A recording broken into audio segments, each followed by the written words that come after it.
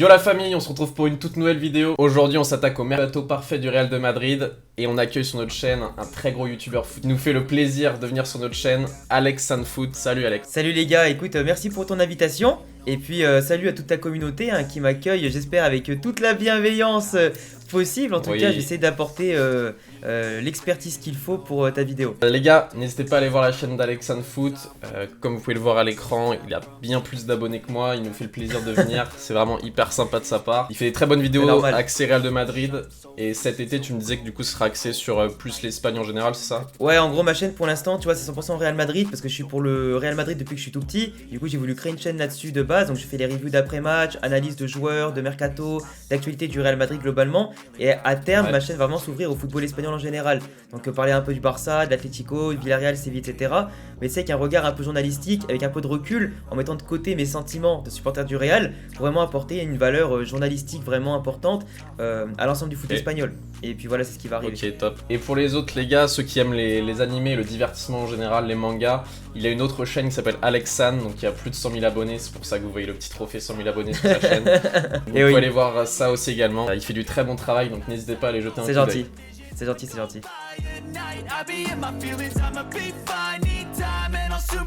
Du coup aujourd'hui on s'attaque au mercato du Real de Madrid, les vainqueurs de la Ligue des Champions, la 14e Ligue des Champions cette année.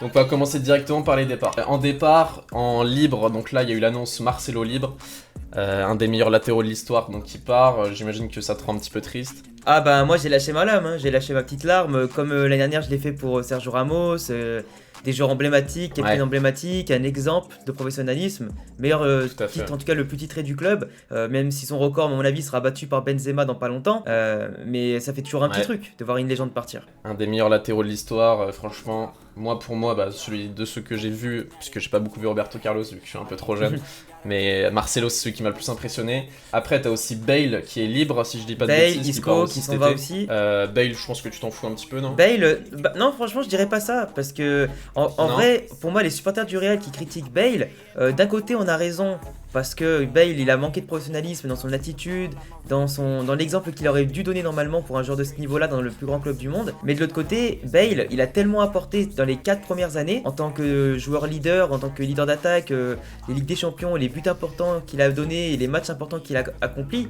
Pour moi Bale ça restera une légende du Real Madrid, peu importe ce qu'on dit, mais c'est clair que l'attitude sur les 2-3 dernières années elle est pas bonne et il aurait pu partir en plus grande légende et malheureusement c'est dommage, il a un petit peu tout gâché parce qu'il a le potentiel d'être dans les meilleurs joueurs du monde, il l'a été et malheureusement les blessures et son attitude ça lui a joué des tours. C'est sûr qu'il vous a manqué un petit peu de respect sur les dernières années, notamment avec les Pays de Galles, avec le drapeau golf, Wales il y a Ceballos, qu'est-ce que t'en penses de son départ? C'est un joueur plein de qualité mais il trouve pas sa place au milieu de terrain. Ceballos, le problème il est très très fort et il a montré dans les rentrées qu'il a fait ou les titularisations qu'il a fait en fin de saison que c'est un joueur qui manie extrêmement bien le ballon, qui sait temporiser, qui sait trouver les espaces, casser des lignes et qui apporte le côté créatif.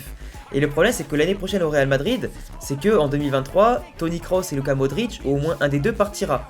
Donc ça fait que le problème c'est que tu vas perdre un gros créatif dans tous les cas et qu'aujourd'hui Camavinga, Valverde, Tchouaméni, c'est des mecs qui sont bons sur le physique, qui traitent très bien le ballon techniquement, mais c'est pas des ultra créateurs à la Luka Modric. Là où Ceballos, à la dernière passe et pour la création du jeu, il serait hors norme.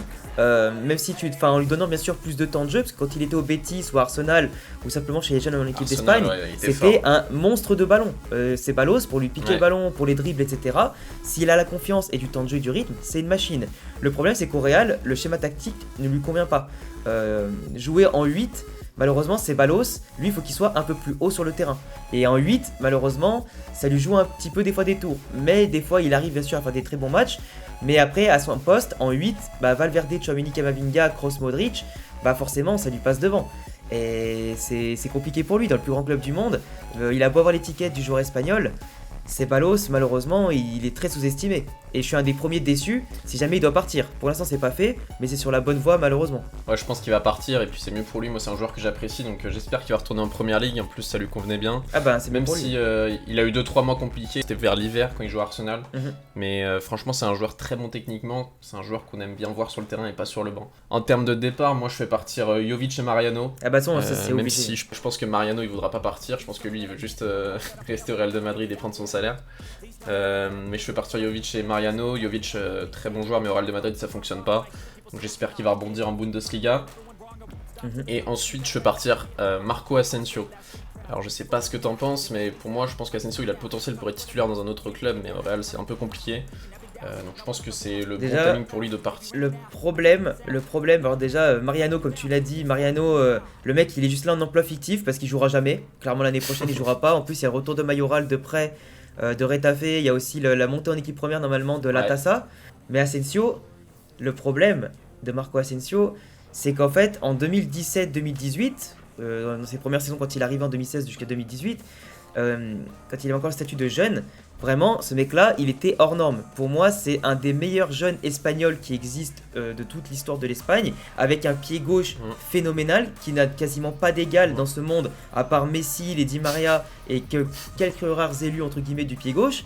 Et Asensio, et franchement, je mâche pas mes mots, il a la plus belle frappe que j'ai vue de ma vie, il a un talent qui est naturel. Son seul problème, malgré qu'il ait mis à terre le PSG, la Juve, le Bayern, le Barça, l'Atlético, Séville et j'en passe, le problème, c'est qu'Asensio, il a jamais eu le sérieux d'un footballeur professionnel qui est déterminé à gagner sa place, qui est déterminé à gagner des titres et s'imposer. Et le problème aussi, c'est que quand il marque un but ou fait une passe décisive, bah souvent il s'arrête. Alors que non frère, continue, t'as le level de faire des trucs à la Ronaldo, à la Mbappé, ce que tu veux. Parce qu'à l'époque, Fred Hermel, quand il disait Asensio, plus grosse valeur que Mbappé, 2017, c'était pas faux ce qu'il disait. Asensio, il avait le potentiel de faire beaucoup plus encore qu'un Mbappé. Et malheureusement, bah, la nonchalance, le manque de professionnalisme, etc., plus les croisés qu'il a fait derrière en amical contre Arsenal en pré-saison, bah, les croisés, ça l'a tué. Et Asensio, on l'a vu cette année, c'est quand même 42 matchs, 12 buts et 5 passes décisives, un truc comme ça. Je le sais parce que j'ai préparé ma vidéo sur lui qui sort demain. et du coup, non mais pour moi, c'est un gros gâchis, mais il peut encore prolonger. Il n'est pas encore partant parce qu'au Real Madrid, aujourd'hui, s'il n'y a pas de recrue offensive, il y a une place à droite à prendre. Il y a autre chose qui rentre en compte, c'est la Coupe du Monde aussi qui a lieu dans 6 mois et je pense qu'il a besoin de temps de jeu, il a besoin de confiance aussi. C'est ça, mais après. Dans son objectif, c'est mieux pour lui qu'il parte. Avec l'Espagne, il a fait une bonne Ligue des Nations là, il a fait des bonnes rentrées, il a fait 2 passes décisives qui nous sauvent le cul. J'ai vu qu'il y avait des rumeurs de départ de Ferland Mendy, qu'est-ce que t'en penses toi? J'ai vu qu'il y avait c'était entre 50 et 70 millions. Pour moi, je le garderai, mais je pense qu'Ancelotti veut mettre à la barre hier. Ah ouais, bah de toute façon, c'est comme j'en ai parlé dans mes vidéos dernièrement, l'arrivée de Rudiger dans l'axe, ça va apporter expérience et bonus à l'équipe.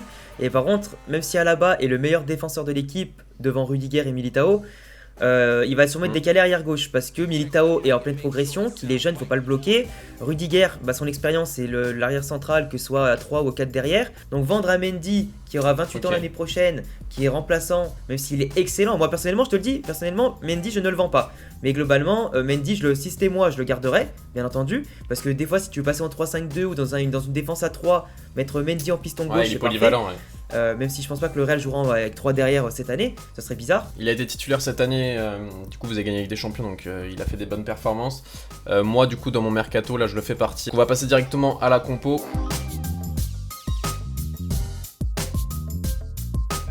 Alors du coup au gardien forcément, Thibaut Courtois.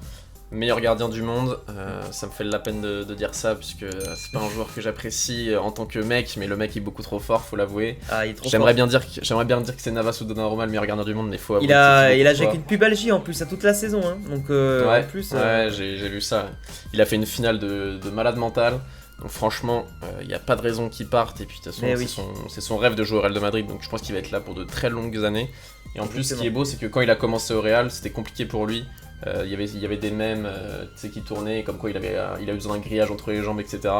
Et au final, il a su se relever. Donc ça montre qu'il a une force de caractère de ouf. Et maintenant, il est le meilleur gardien du monde. Donc félicitations à lui. Ah, il est hors norme. Dans l'axe, on va mettre donc. Ah, tu commences dans l'axe, toi ? Militao Ouais. et Rudiger. Tao et Rudiger. Rudiger, c'est un monstre. Moi qui Ouais. regarde beaucoup de Chelsea, qui regarde beaucoup la Première Ligue, Rudiger, c'est un monstre. Moi, j'aurais Sur adoré les- qu'il vienne au PSG en tant que fan du PSG, mais il est énormissime, Rudiger. En plus, Donc, je pense sur les qu'il a coups de pied réussi au arrêtés, Real il va Madrid. être impressionnant. Ouais. Franchement, Rudiger, Militao sur le papier, c'est incroyable. Comme on l'a dit avant, moi je fais partir Mendy, du coup je mets à gauche Alaba, Alaba. parce qu'Ancelotti, c'est ce qu'il va faire. Ouais. Je pense qu'il va vouloir mettre Alaba. Et donc là, Carvajal on à part. droite. Attends. On part du principe que je suis directeur sportif, du coup c'est le principe c'est le concept. Ah d'accord, Et ok, pardon. pour moi, Carvajal, c'est pas le joueur que j'aime le plus à droite. Et donc on part du principe qu'on a du budget, parce qu'on a vu les départs. Reece James, du coup Avec une vente de Ferland Mendy, exactement, Reece James. James, Là, ouais. le meilleur arrière droit du monde. Je pense qu'il va partir de Chelsea d'ici 2 ans, je pense. Pas cette année, mais j'espère que ça sera cette année. Et je pense qu'il peut finir au Real de Madrid sur le moyen terme. Donc moi, si j'étais directeur sportif du Real, je le ferais venir avec un gros chèque, type 80, 100 millions. Je pense qu'il est vaut largement. Ouais, mais moi, ton Reece James, moi, ça fait plusieurs vidéos aussi que j'en parle. Hein. Je me dis que lui, c'est Ouais. parfait. Parce qu'il il est bon à tous les levels. Et pour moi, c'est l'arrière droit qui me plaît le plus en ce moment, à part un Alexander Arnold. Mais lui, il a donné sa préférence au Barça déjà dans les médias. Mais pour moi, avoir un Reece James qui est plus jeune, qui apporte de l'avenir aussi, et de la concurrence, ce serait parfait. Moi, Parce Carvajal, que, franchement, c'est un défenseur que j'adorais, mais cette année, je le trouvais vraiment en dessous. Je pense que c'était vraiment C'est le ça. joueur du Real de Madrid en dessous. Surtout en Ligue des Champions, il a fait des matchs catastrophiques. Mais par exemple, j'ai pas compris pourquoi vous avez pas gardé Hakimi, pourquoi vous l'avez pas essayé de l'avoir. Je sais pas si t'as des infos là-dessus, mais moi j'ai jamais compris. pourquoi Hakimi, non, n'est parce pas que resté au Real. Hakimi, le problème, c'est que défensivement, Hakimi, il est catastrophique en vrai. Et, Bah, ça, et, c'est un- ça, je il suis est pas bon d'accord avec offensivement, ça. mais c'est que si tu achètes un mec qui a les mêmes problèmes que le mec que tu remplaces, c'est que c'est compliqué, tu vois. Et encore qu'Hakimi, au niveau des centres, il est pas meilleur que Carvajal quand Carvajal est vraiment en forme. Ça c'était pour la défense. Du coup, Nacho, Guterres et Carvajal du coup sur le banc. Moi je peux pas partir Carvajal, je pense que ça peut être un mec important dans le vestiaire. Un peu à la manière de Marcelo cette année qui est resté sur le banc, qui a fait ses petits matchs. Je pense qu'on peut garder Carvajal sur le banc. On passe au milieu de terrain, du coup, là le milieu de terrain, pour vous c'est un vrai chantier, vous avez 2 milieux de terrain compétitifs à 100%, mais en titulaire forcément je garde Casemiro pour moi. Ouais, Casemiro, il est c'est- indéboulonnable. Il est trop fort Casemiro. Tu Je peux pas pense l'enlever. Il y a 100% de chance, ouais. À part une blessure, c'est la seule raison pour laquelle il serait pas titulaire, mais c'est sûr qu'il sera titulaire.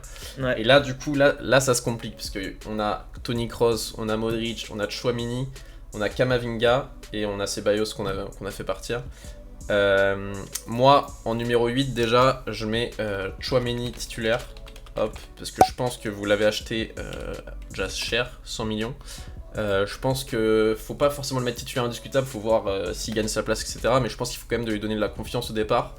Et à côté de lui, je garderai Modric, parce que Modric il est beaucoup trop fort. Du coup, au départ, je mettrai Toni Kroos sur le banc. Et après, en fonction des performances de Tchouaméni, peut-être leur mettre titulaire Toni Kroos. Mais au départ, je partirai comme ça. Moi je le ferais, Qu'est-ce que moi je ferais Casemiro aussi s'il bouge pas. Chouameni entre le prix et aussi pour voir ce qu'il vaut forcément, t'es obligé de le faire jouer. Mais Modric, Ouais. je le mettrais en numéro 10 moi, un peu plus haut. Mais du coup je laisserai ça et je laisserai Kroos sur le banc. Kroos sur le banc, même si je le trouve incroyable ce joueur et que malheureusement là il est en train de faire son âge et son football contre les équipes ultra pressing etc, ultra physique, il souffre. Même si son calme, on l'a vu en finale de Ligue des Champions, a été incroyable. Mais physiquement Tout à il fait. tient pas la route maintenant et il est temps de passer le flambeau je trouve. Et après Ok. Camavinga comme tu l'as dit c'est encore le plus jeune, il a du temps avant de prendre le flambeau de Casemiro et il faudra sûrement attendre le départ de Modric pour qu'il puisse s'installer pour de bon quoi, et de Kroos. Ouais, mais Camavinga, ce qui me surprend, c'est que il a totalement le niveau pour être en équipe de France, tu vois. Et au Real il de a le Madrid, niveau. il fait des super bonnes entrées. Mais j'ai peur qu'il rate la Coupe du Monde à cause de ça, à cause du fait qu'il soit trop sur le banc.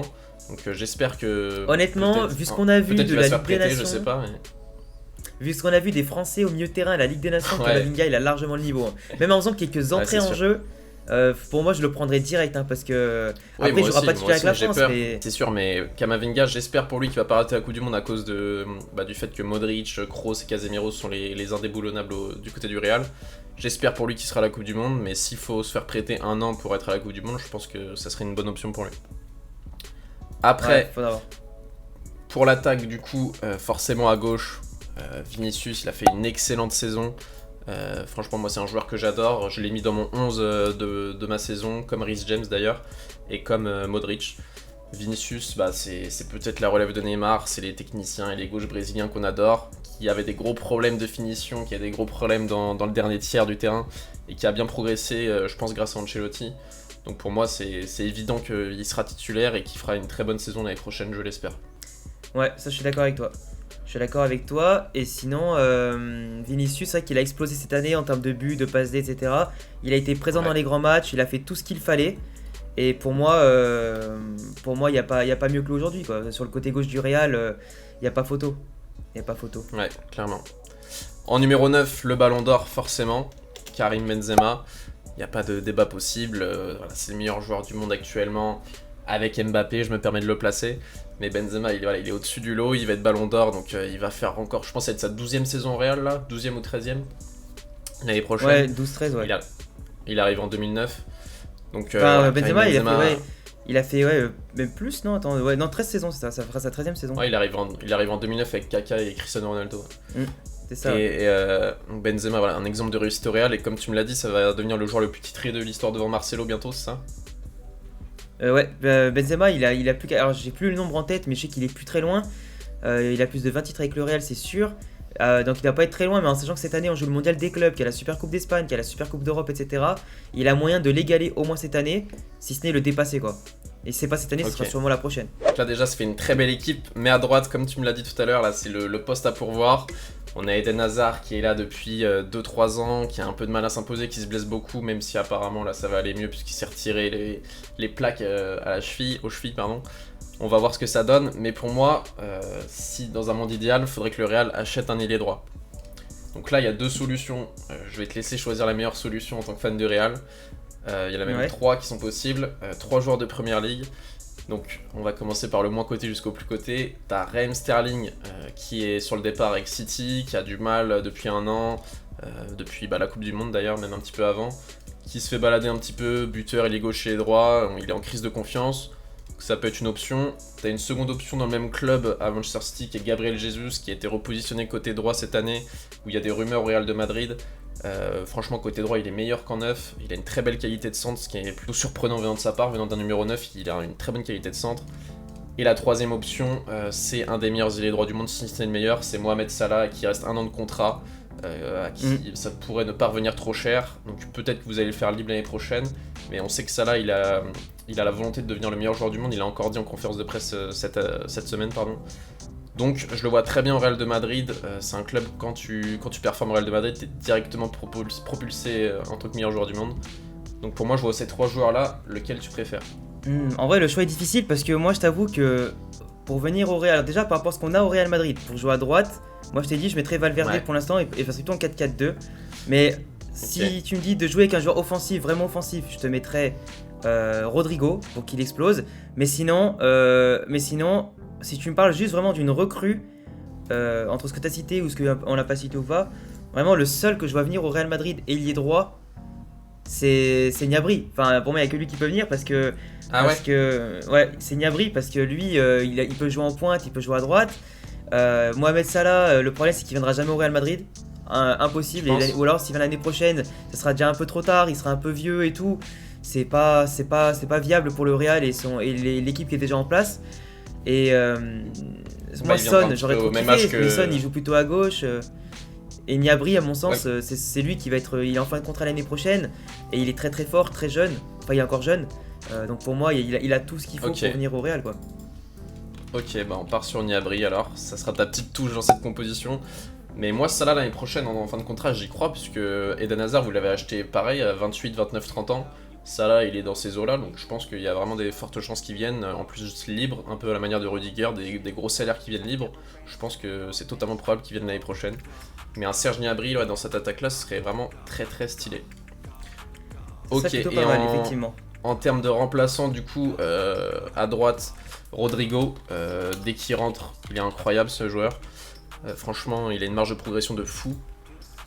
En attaque, tu peux mettre Mayoral qui revient de près. Mayoral, il va revenir parce que c'est l'option numéro en 9 qui est intéressante. Pourquoi? Parce que acheter un vrai numéro 9, ça servira à rien. Genre un Lewandowski, un truc comme ça. Parce que Benzema est encore au sommet pour encore minimum 2 ans vu son niveau de jeu actuellement et sa façon de s'entraîner et de jouer. Donc faire venir un mec qui peut le remplacer, ça sert à rien. Juste un mec qui peut l'épauler, par contre, ça c'est utile. Et Mayoral, il est encore jeune, il peut exploser pour pourquoi pas prendre la place d'ici 1 an ou 2. Ça c'est largement possible. Même s'il va devoir se contenter de miettes. Et de l'autre côté, Kubo, malheureusement, extra communautaire, donc il peut pas revenir parce que Vinicius a pas son passeport espagnol, que Rodrigo a la place d'extra communautaire, tout comme Militao. Et déjà, ça, en plus, le pire, c'est qu'on pensait à Gabriel Jesus qui devait venir. Et du coup, non, il peut pas parce qu'il il est brésilien, il a pas de passeport européen. Extra communautaire. Et du coup, c'était pas possible. Donc déjà, Mayoral, voilà, c'est le seul que je vois rester. Et de retour de prêt, et puis c'est tout. Hein. Le reste. Ok. Bon, merci de ton avis, merci de ces précisions sur les extra communautaires, tu vois, ça je l'avais pas en tête. Du coup, ça fait une très belle équipe. J'espère que vous n'allez pas gagner votre 15e Ligue des Champions quand même avec ça, parce qu'il faut laisser un petit peu aux autres. Mais franchement, l'équipe est incroyable. Si vous arrivez à recruter un latéral droit, un ailier droit, c'est-à-dire changer votre côté droit, ça serait l'équipe parfaite. Et juste à la bas en latéral gauche, moi j'ai des petits doutes sur ses capacités à redevenir bon à gauche, mais bon, il est tellement fort que ça m'étonnerait pas non plus. Donc voilà. Qu'est-ce que tu penses de cette équipe? Quels sont vos objectifs pour la saison prochaine? Moi, l'objectif, déjà, quand on pense qu'on a réussi à faire le doublé Liga Ligue des Champions avec notre équipe à nous, actuelle, franchement, j'y croyais pas. On a réussi à faire du coup des miracles. On a remporté, je pense, la plus belle édition de l'histoire de la Ligue des Champions, en battant le top 3 anglais, les favoris, les champions en titre, etc. On s'est régalé. Et en plus, vu le contexte des remontadas, il n'y a pas eu plus épique que nous dans l'histoire du foot. Mais cette année, j'espère qu'on aura à peu près les mêmes ambitions, parce qu'on a les moyens. Hein. Si on a fait que l'équipe qu'on a et qu'on fait quelques retouches pour combler les points faibles, on peut que aller au bout et faire mieux. Après, bien sûr, ça dépendra aussi de Benzema, de s'il garde le même niveau de jeu, si aussi on arrive à l'épauler comme il faut. Et puis voilà, en plus Modric, il finit l'année prochaine, donc finir en beauté avec des titres comme Marcelo, pourquoi pas. Et puis surtout, voilà, on a l'effectif pour, on va faire des petites retouches. Donc pour moi, objectif, pourquoi pas les 6 titres. Hein. Et un point d'honneur à aller peut-être plus loin en Copa del Rey. Éventuellement, mais qui est un peu une compétition maudite pour nous. Mais pour moi, je pense que le Real. Après, c'est compliqué parce que c'est quand même une année de Coupe du Monde qui va arriver en plein milieu de la saison, qui a provoqué beaucoup de fatigue. Entre la Ligue des Champions qui va être faite en phase de poule entre septembre et octobre, ça va enchaîner de ouf comme ça a été jamais fait avant. Derrière, le Real joue la Super Coupe d'Europe, le Mondial des clubs, Super Coupe d'Espagne dès janvier, Super Coupe d'Europe dès le mois d'août. Non, ça va être très dur, mais c'est pour ça aussi qu'avoir un effectif en quantité-qualité, ce sera la clé du Real pour tout gagner. Et pour moi. Et puis vous avez un effectif, je pense, à vérifier avec les stats, mais je pense que vous avez un effectif où il y a le plus d'internationaux en Europe. Donc c'est vrai que cette année va être un peu particulière en termes de fatigue, peut-être de blessures pour vous. Mais par exemple au milieu de terrain, vous n'avez pas de soucis à vous faire, là, il n'y a pas de soucis. Mais cette année, vous aviez une petite Benzema dépendance, c'est ce que tu disais par rapport au niveau de Benzema. Par exemple face au Barça, je sais pas ce que tu en penses, mais vous avez pris une petite raclée sans Benzema. Donc à voir si l'année prochaine vous arrivez à jouer sans lui s'il se blesse ou quoi. Mais en tout cas avec le Barça, je reviens dessus, c'était une erreur de parcours. Vraiment le Barça, tu vois, la défaite contre le Barça, ça me fait rire parce que, tu vois, pour moi je considère pas ça comme une défaite importante. Parce qu'au final, on avait beaucoup d'avance. Parce qu'au final, le Barça a fait un mercato d'hiver qui était plutôt sympathique. Mais globalement, qui n'était pas. Va dire, le Barça, on l'a bien vu, ils sont vite retombés dans les travers quand ils ont commencé entre l'Europa League, etc. Ils ont été liquéfiés, ils se sont tués tout seuls. Et c'est plus Séville après derrière qui a fait une faute professionnelle immense de les laisser passer deuxième en perdant beaucoup de matchs. Mais le Barça, tu vois, la défaite 4-0, franchement, si on peut perdre 4-0 tous les ans et faire Ligue des Champions derrière, moi j'en ai rien à faire. Hein. Alors vraiment, rien à faire. Oui, parce qu'après, le Classico, on a gagné quand même. On a gagné 2 Classicos sur 3 cette saison. Donc que tu gagnes 1-0, 4-0, c'est pareil. Et surtout que voilà, après, pour nous, ça a été un déclic, je pense. Ça a été un déclic pour se réveiller. Mais pour eux, à l'inverse, ça a eu un effet de confiance sur le Barça qui les ont coulés derrière, quoi. Je comprends ce que tu veux dire, mais c'est vrai que les Barcelonais c'est leur seul titre de la saison. Mais je parlais plus par rapport à la Benzema dépendance. Je pense que vraiment s'il y avait eu Benzema, je pense pas que vous auriez pris un 4-0 dans la tête. Donc à voir si vous arrivez à vous défaire un petit peu de cette Benzema dépendance. Alors que Ancelotti a dit que c'était pas un problème, que lui il était content d'avoir une Benzema dépendance. Donc on verra ça la saison prochaine, mais ok, si pour toi l'objectif c'est de gagner tous les titres, c'est la bonne manière de penser. Je pense qu'avec cette équipe-là, c'est possible. Merci à toi, Alex, d'être venu sur la chaîne. C'est cool de ta part d'avoir plaisir, C'était cool de ta part d'avoir l'expertise du Real de Madrid. Voilà, moi, c'est un peu le concept de cette série de vidéos. J'invite les experts de leur club pour en parler. Comme ça, t'as pu ajouter ton expertise sur certains points. J'espère que mon équipe te plaît. Les gars, n'hésitez pas à aller voir sa chaîne. Ah bah, tant mieux. N'hésitez pas à aller voir sa chaîne, les gars. Allez vous abonner, ça peut vous plaire. C'est du très bon contenu, c'est du contenu très régulier. Il sort plus de vidéos que moi. Et du coup, merci à toi, Alex. Peut-être à bientôt sur la chaîne pour un autre concept. On verra dans le futur. Ça, pourquoi pas. Merci à toi. Bonne matinée, bonne journée, bonne soirée, bonne nuit. C'était BR10. Ciao les gars.